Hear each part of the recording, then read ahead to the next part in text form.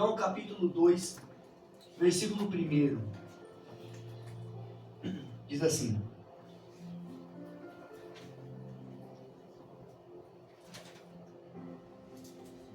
E ao terceiro dia, fizeram umas bodas em Caná da Galileia. Bodas é um casamento, amém? Estava ali a mãe de Jesus. E foi também convidado Jesus e os seus discípulos para as bodas. E faltando vinho, a mãe de Jesus disse-lhe: Não tem vinho. Disse-lhe Jesus à mulher: Que tenho eu contigo? Ainda não é chegada a minha hora. Ao ler esse versículo de primeiro instante, a gente acha que Jesus foi um pouco grosso com sua esposa, ou com sua mãe, né? Com Maria. Na verdade, não. Na linguagem, você vai dizendo assim: O que eu tenho contigo? Ainda não é chegada a minha hora. Ou seja, eu morri, eu ainda estou aqui. Tanto que na sequência, Maria não pensa duas vezes. Olha aqui o próximo versículo, o que ela fala, versículo 5. Sua mãe então disse aos que serviam: Fazei tudo quanto ele vos disser. Em nenhum momento Jesus disse que não ia fazer. Certo? Vamos lá, versículo 6. Estavam ali postas 6 grandes talhas. Presta atenção. Quantas talhas tinham lá? 6 grandes talhas de pedra para a purificação dos judeus. Está aqui, cadê? Para a purificação, que os judeus usavam para purificações. E cada uma levava 2 ou 3 metretas, cerca de 80 a 120 litros de água. Bom, sequência, versículo 7. Jesus lhe disse: Enchei de água as talhas, e eles lhe encheram totalmente. Então lhes determinou: Tirai agora e levai ao mestre-sala. Eles o fizeram. O mestre-sala era a pessoa responsável por supervisionar as bodas. A família do noivo tinha a responsabilidade de arcar com toda a comida, com toda a bebida e tudo mais. Fazia a festa. E o mestre-sala era o responsável por ver se aquilo realmente foi aprovado, se aquilo foi certo, se realmente fizeram tudo certinho. Amém? Então, quando falta-se o vinho, significava então que aquele casamento estaria, seja amaldiçoado, ou não daria certo, ou que o noivo não cumpriu com o teu papel. Amém? Então seria um objeto de muita vergonha sobre a família. Tendo o mestre-sala provado a água transformada em vinho, não sabendo de onde viera, se bem que o sabiam os serventes que haviam tirado a água, chamou o noivo e lhe disse: Todos costumam pôr primeiro o bom vinho, e quando já beberam fartamente servem o inferior. Tu, porém, guardastes o bom vinho até agora. Versículo 11. Com este, deu Jesus princípio a seus sinais em Caná da Galileia. Manifestou a sua glória e os seus discípulos creram nele. Olha que coisa maravilhosa.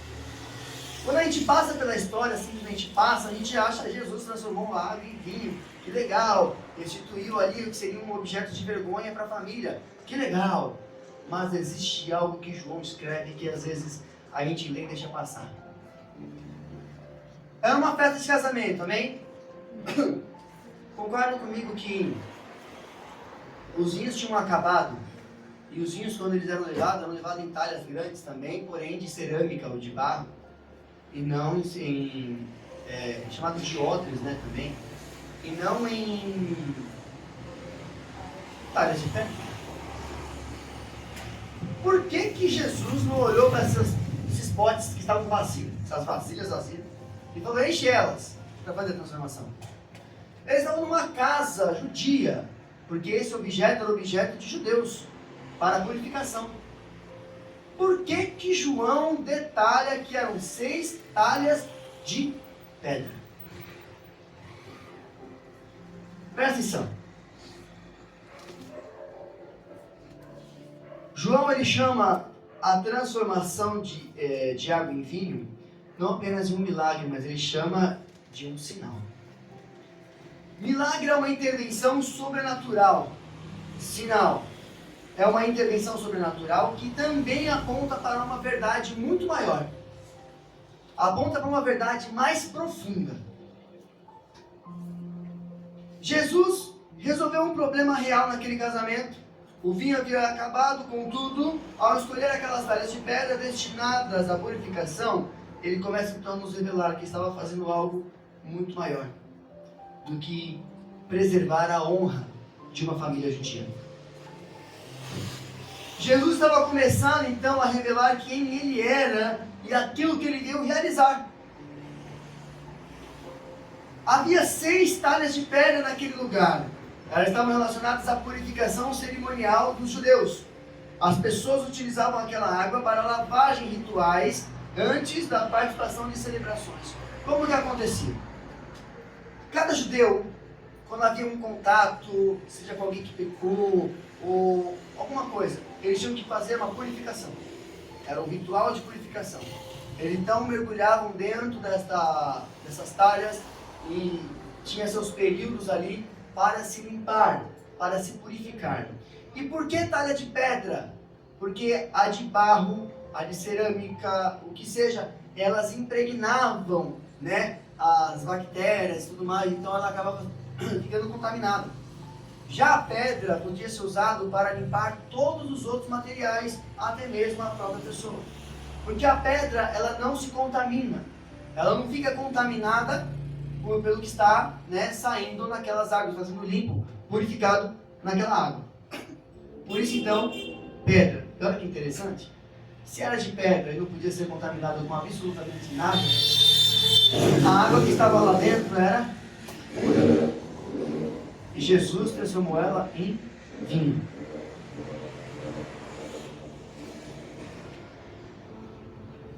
As talhas eram grandes. Cada uma comportava aproximadamente 80 e 120 litros de água. Poderiam armazenar centenas de litros de água. Havia muita água disponível para a purificação exterior, mas mesmo com toda aquela água, ainda existia algo que precisava ser purificado, que as talhas de pedras não podiam fazer. O ritual, ele fazia com que a purificação externa do corpo poderia ser feita, mas ela não consegue purificar a consciência do ser humano. E agora vamos passar para uma parte numerológica. Por que 6? Quando a gente olha para a Bíblia é muito numerológica. Quando você vê lá as 10 virgens, por que 10? 10 aponta para o homem, a perfeição de Deus. Quando a gente vai olhar para o 6, a gente não consegue conectar nada. João mesmo também, quando ele escreve, não conecta nada. Porém, o 7 é para Deus chamado de plenitude, totalidade. Vou dar um exemplo. Em quantos dias Deus fez a terra, fez o mundo, a criação? 6. Em 6, no 7º ele descansou. Por que ele relata que ele descansou no 7º dia? Para revelar a plenitude. A criação concretizou no 7º dia. Ele fez em 6, mas só concretizou no 7º. Por quê? Totalidade, plenitude, está completo. O 6 está incompleto. Mais uma coisa aqui apontando para o livro de João. Mais um dos sinais de que essa purificação exterior estava incompleta. Precisava ainda de algo a mais para purificar o interior. As talhas não representavam algo maligno. A purificação fazia parte da vida religiosa de todo judeu que vivia em Israel. O problema não estava na água e nem no princípio da purificação. O problema era a sua limitação. A água poderia remover a sujeira do corpo e atender às exigências cerimoniais religiosas, mas nunca podia tirar a culpa da consciência humana. Poderia lavar as mãos, mas não remover o pecado das mãos.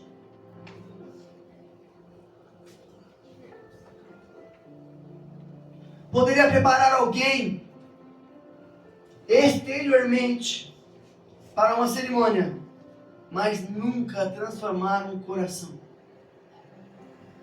Hebreus explica que aquelas práticas eram provisórias. Hebreus 9:9 diz assim: É isto uma parábola para a época presente. E segundo esta se oferecem tantos dons e sacrifícios, embora estes, no tocante à consciência, sejam ineficazes para aperfeiçoar aquele que preste culto. O que o escritor de Hebreus está dizendo? As práticas religiosas, legal, mas ela não trata o seu interior. Ela não transforma você. O sistema cerimonial revela a necessidade de uma purificação, mas não conseguia completar essa purificação na consciência humana. Um homem poderia entrar dentro de uma talha, porque pecou, sei lá, traição, vou dar um exemplo escroto aqui. E aí ele sai daquela talha. Mudou alguma coisa? Não, porque na primeira oportunidade ele vai fazer de novo. Em Caná, havia 6 talhas. Deus realizou sua obra criadora em 6 dias, mas o ciclo chegou à sua plenitude no 7º, quando Deus descansou. Ao longo das Escrituras, o 7 frequentemente aparece relacionado à conclusão, completo, totalidade. Não devemos construir toda a interpretação sobre o número 6. Porém, João não explica diretamente o porquê havia 6 talhas. Entretanto, dentro dessa narrativa, esse número combina com a realidade de um sistema que ainda não havia alcançado o cumprimento definitivo, que ainda estava incompleto. As 6 talhas representavam uma purificação real, porém provisória e incompleta. Não faltava simplesmente outro recipiente para completar 7, mas faltava aquilo que somente Cristo poderia realizar. A lei mostra que o homem precisava ser purificado. Cristo veio realizar a purificação que a lei não poderia completar. Jesus não veio apenas para acrescentar outro ritual. Ele veio para estabelecer conosco uma nova aliança.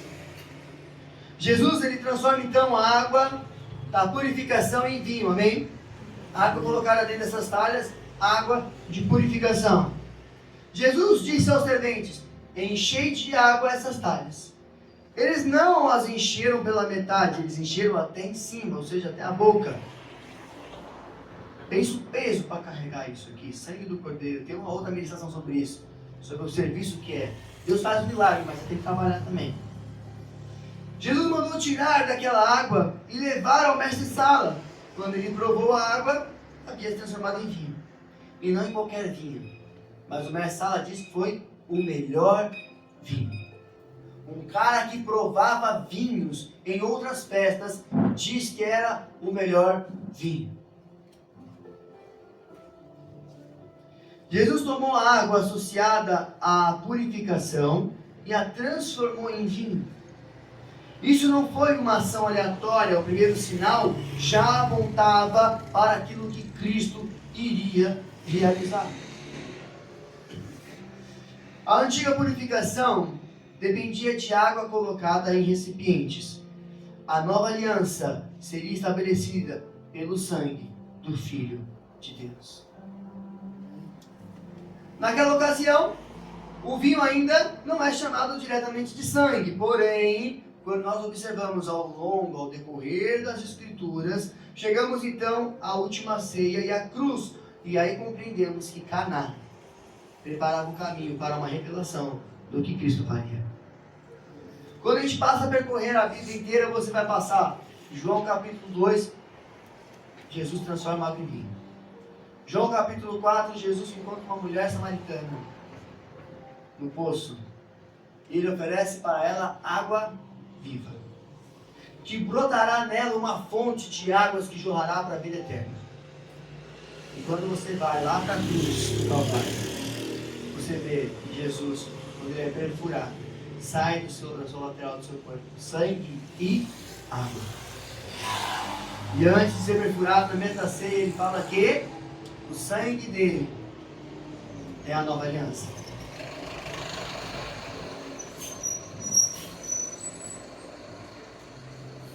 Olha que está escrito em Lucas 22, versículo 20. Coloca para mim aqui, João, por favor.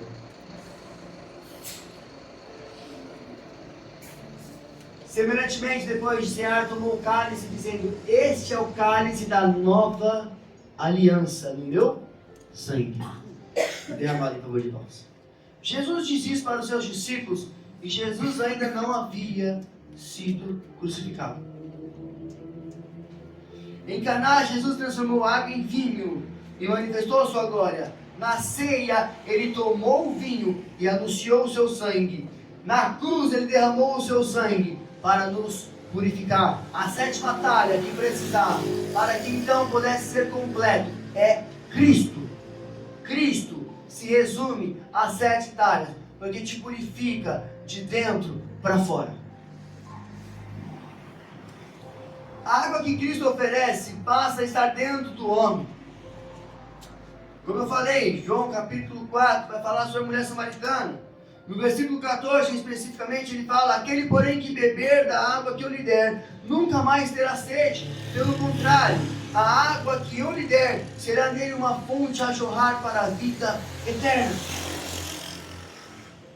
Jesus não estava oferecendo apenas uma outra lavagem exterior, ele estava oferecendo vida interior. Aquela mulher possuía uma história marcada por relacionamentos quebrados. A mulher samaritana era uma mulher que foi casada várias vezes. E a sua história foi muito marcada.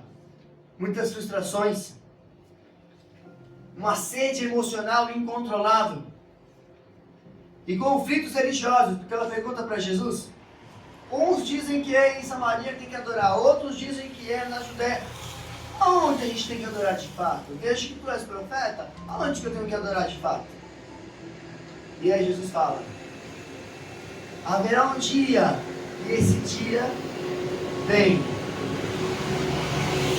e os verdadeiros adoradores adorarão ao Pai em espírito e em verdade. Então não importa onde você está, não importa se você está em Israel, não importa se você está em Roma, não importa se você está em São Paulo, em Guarulhos, não importa se você está em uma igreja grande e bonita, ou se você está numa igreja que é dentro de uma barbearia, não importa.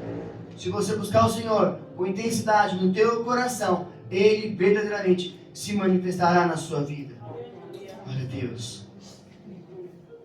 Jesus não veio apenas para mudar aquilo que estava ao redor desta mulher, Ele veio colocar dentro dela uma fonte de água viva. Existe uma grande diferença entre uma água que toca o corpo e uma fonte que nasce no interior.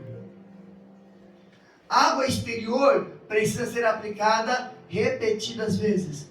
Pequei, água, pequei, água, pequei, água. A água viva passa então a habitar no homem. A água exterior trata de uma condição cerimonial, apenas por cerimônia. A água viva produz transformação espiritual. E aqui eu faço uma pausa para explicar sobre o batismo. A água do batismo para purificação. Então, quando você aceita o Senhor Jesus, você se batiza, amém? Para nascer de novo. Você enterra o velho homem para nascer uma nova criatura, ok? Você vai sair da água e não vai pecar? Tu vai pecar. Tu vai errar. A Bíblia fala que todo dia nós pecamos. Todo dia nós erramos. Toda hora. Toda hora. Primeiro que batismo não é para crente. Oh, perdão. Me perdoa. Batismo não é para fazer você virar crente. Batismo é para quem crê que só Jesus pode te salvar. Batismo não é para gente santa, perfeita. O santo imaculado. Não existe. Não. Só existe um, Jesus. Nós somos meros mortais, falhos e pecadores. O problema não é o teu pecado. O problema é o que você faz depois que você peca. Quando eu não estou batizado, posso pecar, errar e não ter nem peso na consciência. Mas quando eu já me batizei, a consciência pesa. Bem sim, do mesmo jeito. Ah, tem alguns que não, viu? Bem Então eu sim. sou muito sem vergonha. Pesa sim. Pesa. Chega uma hora que Quem tem um coração bom pesa. Mas tem hora que quando você falha, o Espírito Santo de Deus te acusa, fala: ei, tá errado.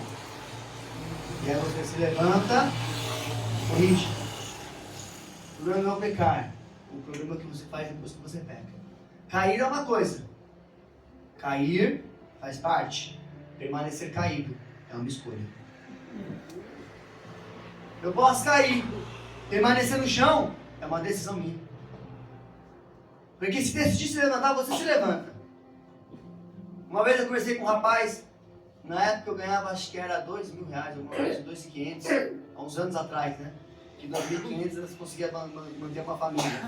E ele falou pra mim assim, Diogo, joga R$1 pra mim aqui.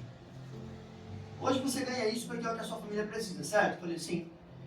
E se do nada a sua família começa a ter um custo de vida de 5.000? O que você vai fazer? Eu falei, rapaz, isso ainda não. Ele falou, a necessidade vai forçar você a fazer alguma coisa. Você pode simplesmente ficar estagnado e falar, a vida é difícil, que coisa não sei o que, que mundo cruel, coitadinho de mim, dodóizinho, deixa eu pedir ajuda para isso, ajuda para aquilo, ajuda para não sei o que. Não é errado pedir ajuda. O erro está em transformar isso num estilo de vida. Todos passam necessidade, todos passam por problemas. Acomodar que é. O acomodar é o problema. Sabe por quê? Porque uma hora a fonte seca. E quando a fonte secar, tu vai ter que se chacoalhar para a coisa acontecer. Você acha que quando eu falei que abria a igreja, eu já duvido pessoal, você é louco. Eu vi um cara e falou assim, mas é muita despesa. Realmente, é muita despesa, mas a despesa não é minha. Fala desse jeito. A conta não é minha, a conta é de Deus. Já teve dia de não ter dinheiro na conta e a conta venceu no dia seguinte, eu ia lá, Senhor, a sua conta vence amanhã. Não é a minha não, é a sua. A sua conta vence amanhã. E quando chegava no dia da conta, o dinheiro da conta caía na conta. E eu ia lá e pagava. Não foi assim, filho? Deus que fez. Às vezes a pessoa bate o olho, às vezes passa assim e fala assim, nossa, olha lá, a estrutura que o pastor trouxe e tal, não sei o quê. Gastou dinheiro. Eu já foi um pastor que foi na igreja lá, o pastor olhou, pô, estranhos. Que a gente não trouxe o altar, né? Mas tem um altar lá, todo no MDF. Não? Não gastei R$1.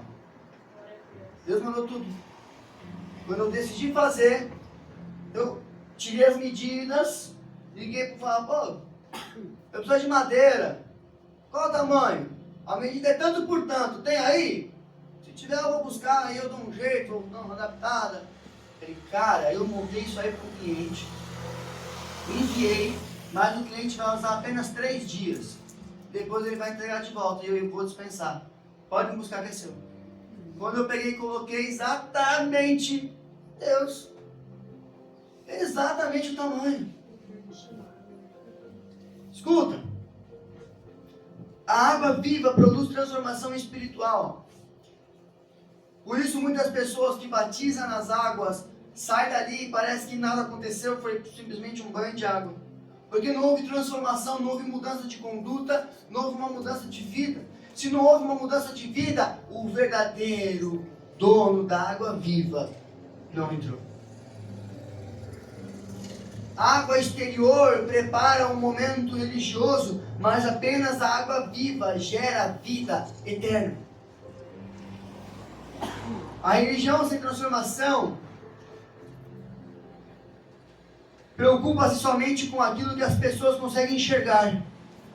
Cristo alcança os lugares escondidos do coração. Escuta isso.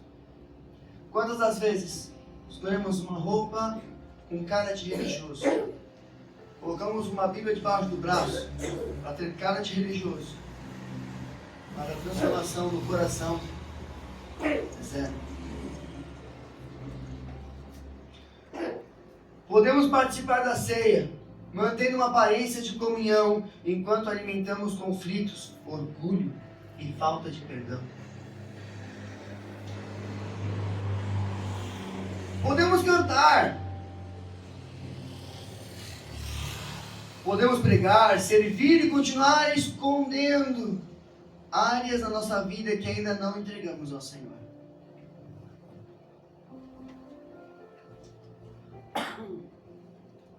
Podemos comparecer ao culto com as mãos aparentemente limpas, mas o coração carregado de ressentimento. Mas o sangue de Jesus não foi derramado apenas para melhorar a nossa aparência de religioso. Ele foi derramado para purificar nossa consciência e transformar o nosso coração. Eu cheguei aqui na igreja hoje, o pessoal aqui na frente aqui, os moradores aqui do lado, fumando aqui e tal, conversando, ouvindo o som. Aí tava na correria aqui, negócio de Uber. Aí eu voltei, fui lá, cumprimentei e tal. Aí, beleza, quando vocês quiserem aparece aí, vem. Não, eu vou vir aqui, vou cultuar, mas hoje não, porque eu já tomei uma, outra, eu tô fumando, eu tô não sei o quê. Falei, meu querido, a maior mentira de Satanás, sabe qual é? Tu bebeu, não vai pra igreja não, porque você bebeu, viu? Ó, tu mentiu, não vai não, porque tu é mentiroso. Ó, tu brigou com a mulher, então não vai pra igreja não, viu? Teu briguento, turrão. A palavra do Senhor nunca disse isso. Ela diz, vem a mim como estás. Ela não diz, se conserta primeiro, depois você vem. Se apruma primeiro, depois você pensa em batizar. Não. Ela diz, vinde a mim como estás.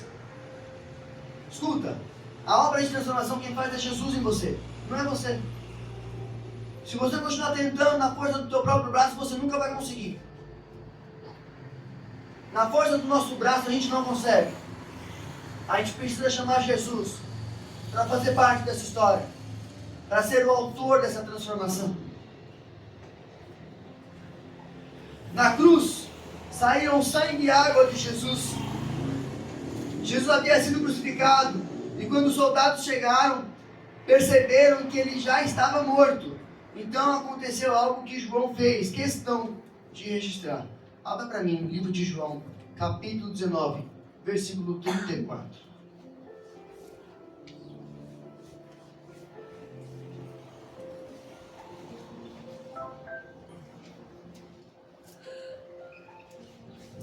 Olha que interessante.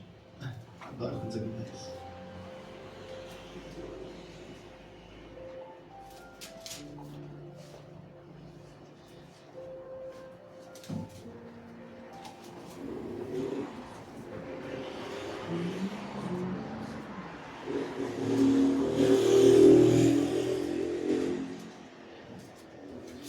João capítulo 19, versículo 34.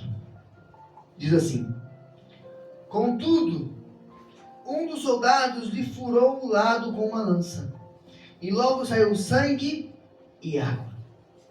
Versículo 35. E aqui é interessante. João está relatando isso, tá? Ele relata que saiu sangue e água do lado de Jesus.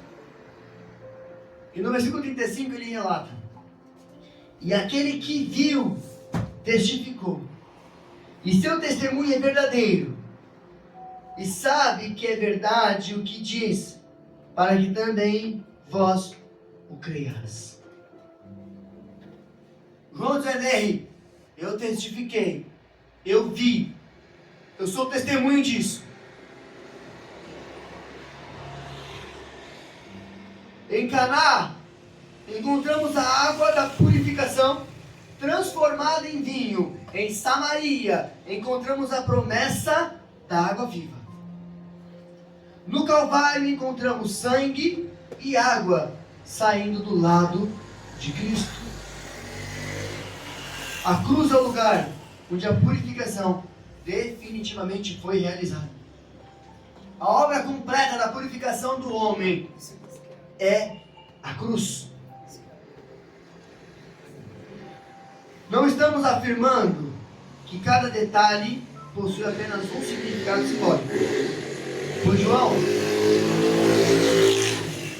João ele registra um acontecimento real. Entretanto, dentro do Evangelho, sangue e água nos levam novamente aos temas da vida, da purificação e do sacrifício. Hebreus capítulo 9, versículo 14, diz assim: muito mais do sangue de Cristo, que pelo Espírito eterno a si mesmo se ofereceu sem mácula a Deus.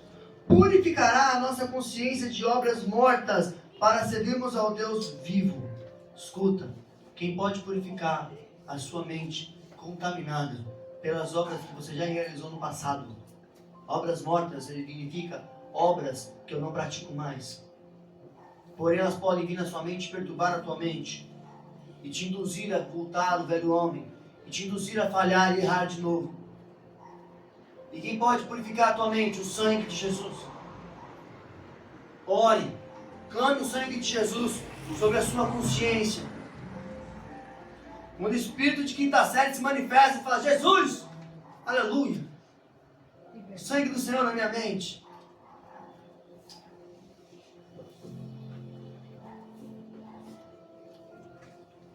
A água das talhas tratava.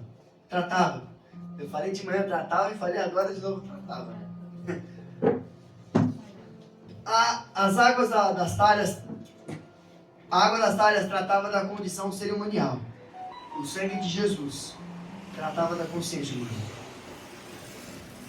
As cerimônias precisavam ser repetidas. O sacrifício de Cristo foi oferecido uma única vez por todos nós. A purificação exterior preparava o homem para entrar em uma celebração. Já o sangue de Jesus abriu para nós um caminho que nos leva até Deus. Amém. Glória a Deus. 1 João capítulo 1, versículo 7 diz: o sangue de Jesus, seu Filho, nos purifica de todo o pecado. Amém. A água poderia tocar a pele, mas apenas o sangue de Jesus pode de fato purificar a nossa consciência. A água poderia remover a sujeira exterior. O sangue de Jesus remove a culpa do pecado. A água preparava para uma cerimônia. Já o sangue de Jesus nos reconcilia com Deus. Será que ela cabe aqui também? Certeza? Se quiser, a gente se aperta aqui. Aleluia. Logo a gente vai resolver essa linha lá no fundo, tá? Em nome de Jesus. E a gente já aliviamos bastante espaço ontem à noite, né? Saímos aqui que horas ontem? 1h pouco da manhã, né? Glória a Deus por isso. Estamos aqui trabalhando, fazendo as coisas, né? A montagem e desmontagem da barbearia para o salão, para a igreja, é muito rápido. É coisa de meia hora, no máximo uns 40 minutos, né? Montando assim, com limpeza, passando pano, passa pano nas cadeiras, tudo isso. A gente leva aqui uns 30, 40 minutos. Só que aí a gente vai fazer uma coisa, faz outra. Então essa placa aqui atrás, aqui, esse drywall, ontem eu coloquei as lãs de rocha por dentro, comecei a fechar o drywall de novo, e aí nós inventamos de colocar as molduras, né, que a gente não pintou elas. Usamos a tinta e não pintamos. Começamos a colocar as molduras, mas quando eu fui bater lá em cima, lá, a madeira soltou, falei, para, senão vai cair tudo. Vou ter que pegar um parafuso maior para atravessar lá. Glória a Deus por isso. Não sei nem como é que eu entendi esse assunto, mas amém. Tá falando da salinha? Sim, da salinha, a gente vai melhorar a salinha. A gente vai melhorar a salinha para poder trazer mais conforto. E olha que coisa maravilhosa. O drywall aqui com as placas de lã de rocha, meus irmãos. A gente vai fechar a porta aqui, vou trazer a porta, já tá lá, vou trazer para colocar ela aqui. A minha ideia é conseguir colocar uma TV para as crianças, deixar elas tranquilas ali atrás, né? Mais sossegada. E a gente não costuma criar a salinha para depósito de criança. Salinha não é um lugar onde simplesmente eu coloco a criança ali para não atrapalhar os pais no culto. Salinha é um lugar onde a criança tem que ser ministrada. Porque nós temos a consciência de que nem todos os pais conseguem ministrar os seus filhos em casa. Nem todos os pais conseguem pegar seu filho, tocar no meio e incentivar ele a ter fé e orar e buscar em Deus. Então aqui é o momento que ele tem para aprender isso. Amém? A palavra do Senhor diz, ensinar a criança o caminho que deve andar, porque quando ela crescer, não se desviará dele. Amém? Vamos lá, agora vem no assunto que eu estava querendo. A ceia nos leva novamente à cruz. Hoje, celebramos a ceia do Senhor. E para isso precisamos compreender com clareza que a ceia não é cerimônia.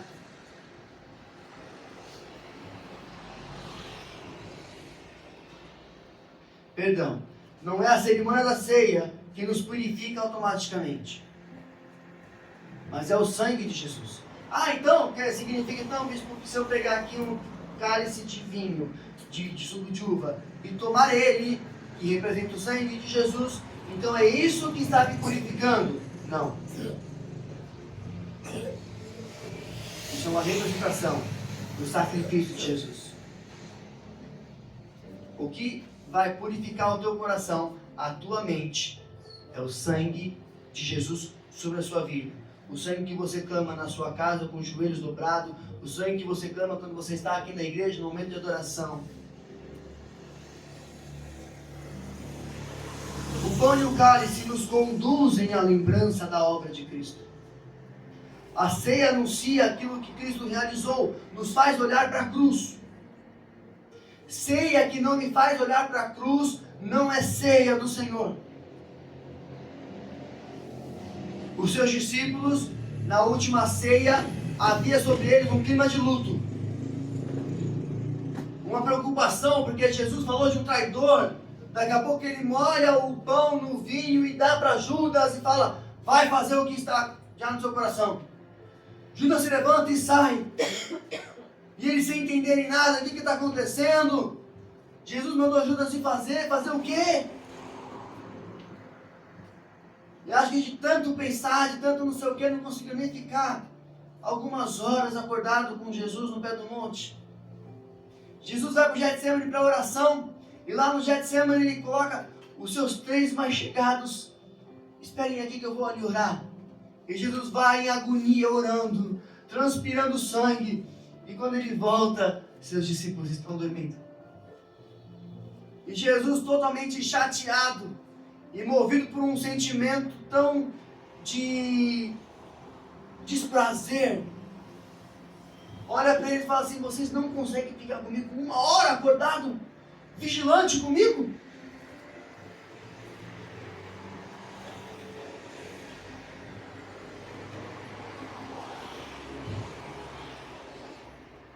Em 1 Coríntios 11, 26, o apóstolo Paulo escreve, porque todas as vezes que comerdes este pão e beberdes o cálice, anunciais a morte do Senhor até que Ele venha. Ceia é o momento de cruz. Quando participamos da ceia, olhamos para trás e nos lembramos da cruz. Olhamos para dentro e examinamos o nosso coração. Olhamos ao redor e reconhecemos o corpo de Cristo, nossa comunhão com os irmãos. E olhamos então para frente, aguardando a volta do Senhor. Porque Paulo diz, em 1 Coríntios 11, 28, examine-se, pois, o homem a si mesmo, e assim como o pão e beba do cálice. O comer do pão e o beber do cálice é feito após uma autoanálise de si mesmo. Quem pode tomar a ceia? Quem crê no Senhor Jesus de todo o teu coração e já foi batizado. Porque aquele que não crê não foi batizado. O batismo é para aquele que crê. O batismo não é para aquele cara que já segue fielmente, é para quem crê. O único requisito para o batismo é crer no Senhor Jesus de todo o teu coração. Quem aqui não é batizado? Levanta a mão, em nome de Jesus. Amém. Glória a Deus. Escuta. Acho que é por isso que eu de batismo. Eu não falei de batismo de manhã. O Espírito está me conduzindo para isso. Vamos lá. Deixa eu falar uma coisa para vocês. O apóstolo Filipe foi um discípulo de Jesus. E ele no caminho encontrou um homem eunuco. Para explicar para vocês o que é um eunuco. Eunuco eram os homens que naquela época eles cortavam a sua genitália, cortavam o seu órgão genital, e eles cuidavam da casa dos seus senhores. E com isso eles acabavam cobrindo até mesmo o papel da esposa quando a esposa estava indisposta. Resumindo o enredo, olhar hoje um eunuco antigamente, trazendo para os dias atuais, é como você olhar para um travesti. Então imagina Filipe olhando para um travesti. Travesti lendo o livro de Isaías, que fala de Jesus, o Messias sofredor. E ele fala assim, ei, eunuco, entendes o que lê? Não perdi a oportunidade para evangelizar o cara, né? Ele não tem ninguém que me explique. Por que não tem ninguém para ensinar? Porque quem é que quer evangelizar o meu eunuco? Quem é que quer olhar para um cara que é pecador, está na cara dele, eu sou um pecador, e fala assim, vem que Jesus vai te salvar? Felipe era doido. Se Felipe tivesse vivo hoje, ele ia andar na Vila Paulista, centro de Guarulhos e Timóteo ali, pegar os trapos tudinho. Vem cá, você conhece Jesus? E ele fala assim, senta com o eunuco e começa a explicar.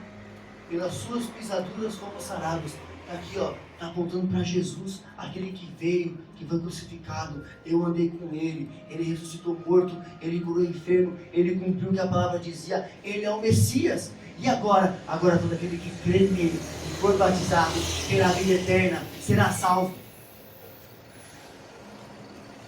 O eunuco olha para Felipe e fala assim, eis aqui as águas. O que me impede de ser batizado?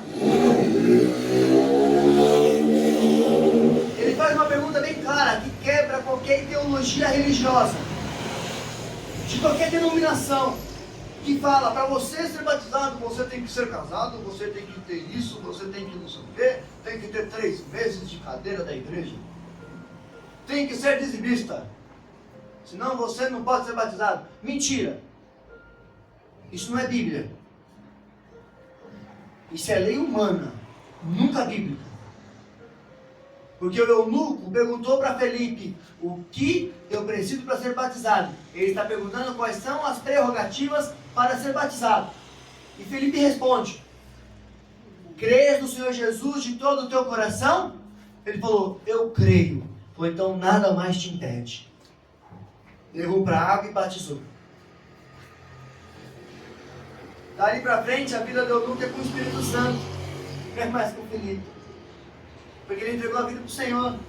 E o Senhor vai conduzir a obra de transformação. Que existem processos para que a obra se concretize. Amém? Acho que é o dia do batismo, né? Está marcado para quando? Setembro?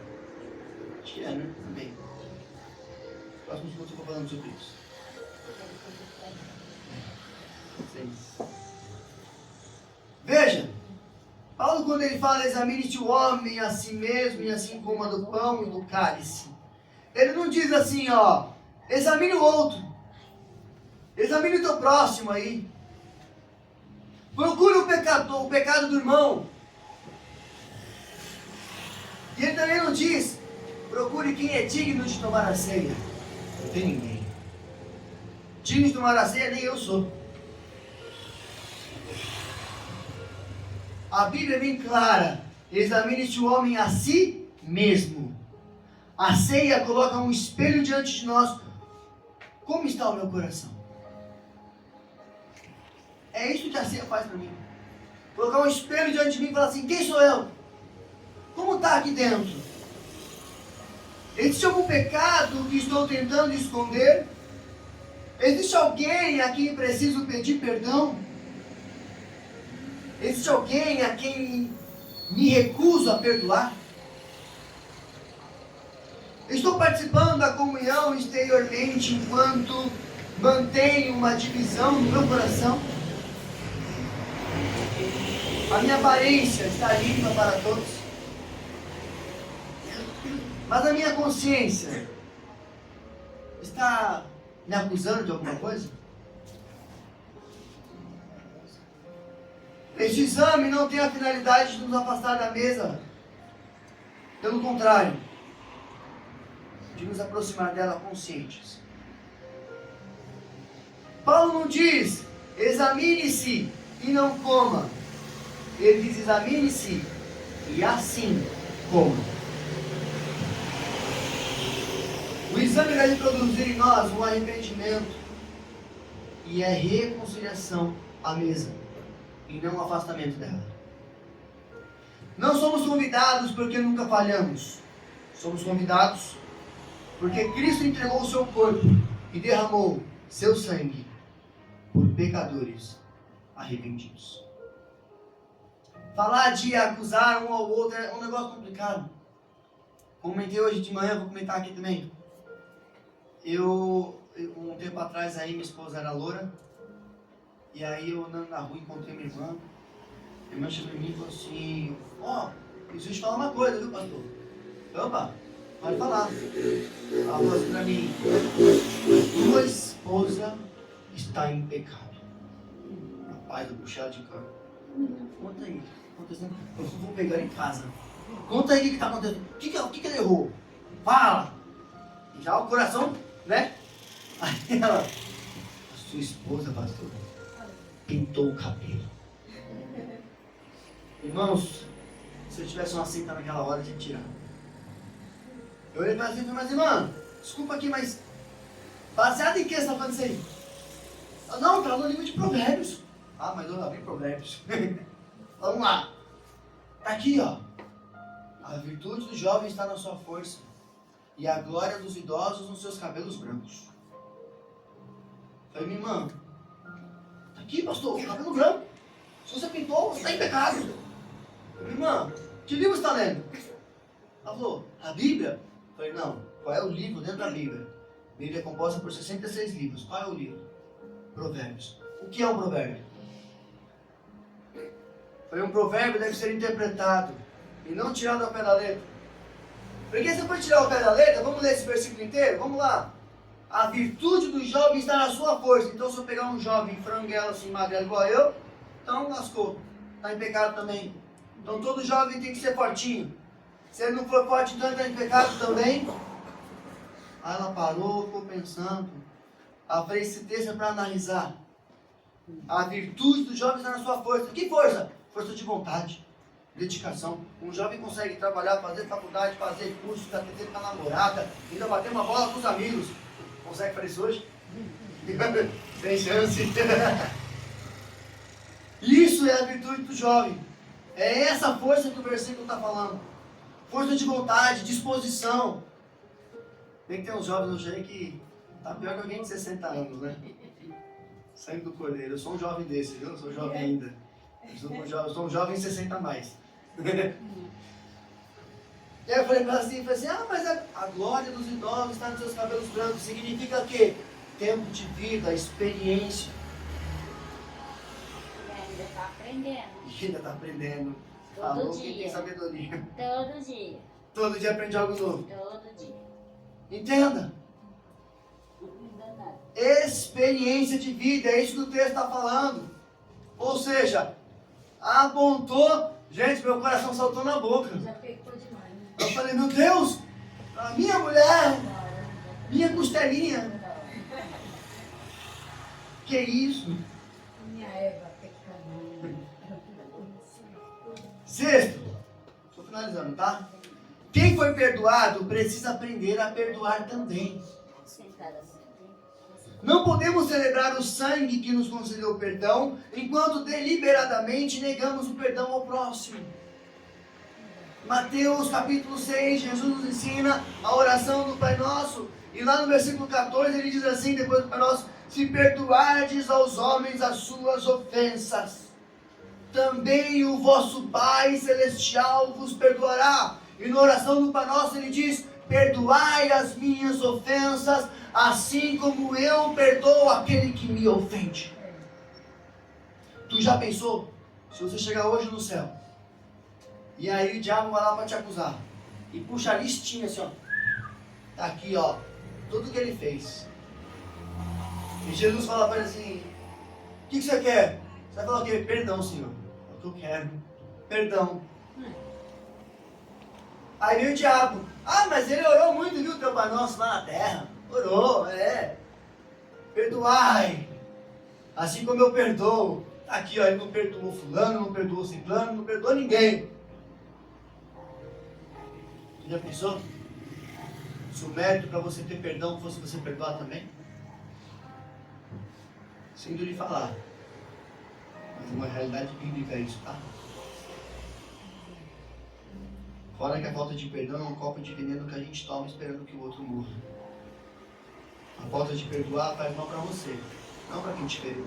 Porque quem te feriu, nem lembra que te feriu. E perdoar não significa dizer que a ferida não doeu. Não significa que eu estou aprovando o que a pessoa fez contra mim, aprovando o erro de uma pessoa, não. Não significa fingir também que nada aconteceu, passa por cima, põe uma pedra e segue. Perdoar significa entregar a Deus o direito de vingança. E decidir que aquela ofensa não continuará mais governando a tua vida. Você sabia que tem pessoas que deixam uma ofensa, algo que ofendeu, governar a vida dessa pessoa? Uma pessoa muito extrovertida recebe uma palavra torta. Ai, você é muito sem noção. Ai, que não sei o quê. Pronto. Vira uma pessoa introvertida. Deixa aquilo governar a vida dela. Uma pessoa sonhadora, que sonha demais. E quem é sonhador costuma compartilhar seus sonhos. E aí o outro vem e joga um balde de água fria. E aí você deixa de contar e automaticamente você deixa de sonhar. Passou a ser governado por uma palavra que foi lançada sobre você. Não permita as ofensas da sua vida governar o teu coração. Você é muito mais do que você pode imaginar. Jesus disse que você é muito mais do que vencedor. Paulo que disse, né? Mas somos muito mais do que vencedores em Cristo Jesus. Talvez existam pessoas celebrando a ceia enquanto carregam mágoas antigas dentro do teu coração. A pessoa que é um cavalo com a esposa, porque foi ferido em outros relacionamentos. Mulheres que não conseguem servir seu esposo, porque já viu um homem maltratar uma outra mulher e não acha que o homem é digno disso.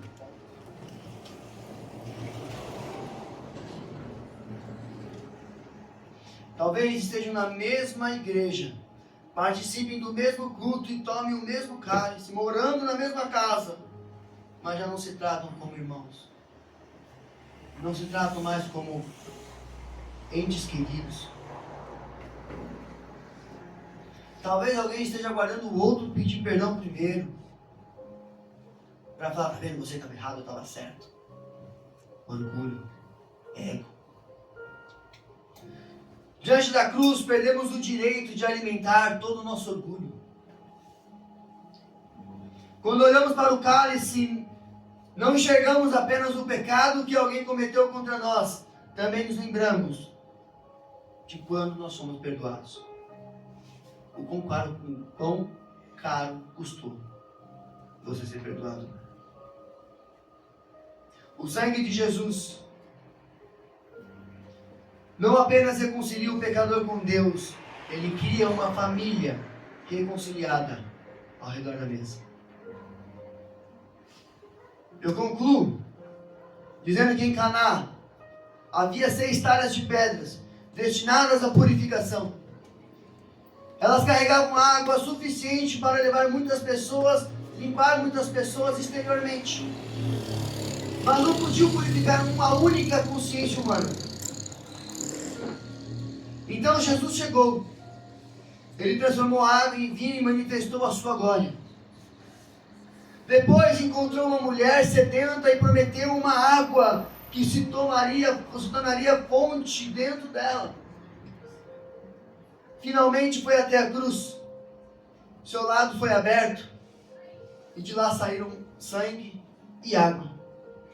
Hoje, quando olhamos para o cálice, não estamos apenas nos lembrando de um ritual. Estamos anunciando que o Filho de Deus derramou o seu sangue para realizar a purificação que nenhuma religiosidade ou ritual humano foi capaz de fazer. Nenhum esforço humano foi capaz de reproduzir. As águas da purificação lavavam o exterior. O sangue de Cristo purifica o teu coração, te limpando de dentro para fora. Não é suficiente limpar a aparência e preservar pecados escondidos. Existe uma grande diferença entre você ter um pecado que você luta contra ele e você ter um pecado que já é seu amigo.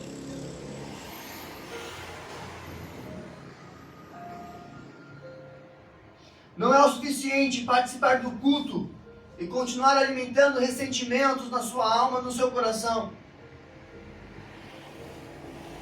É dar banho no porco e jogar para a lama de novo. Não é o suficiente aproximar-se da mesa sem permitir que a cruz do Senhor Jesus confronte o teu coração. Confronte suas ideias, os seus ideais. A ceia é um convite para voltarmos à cruz. Se coloque de pé em nome de Jesus.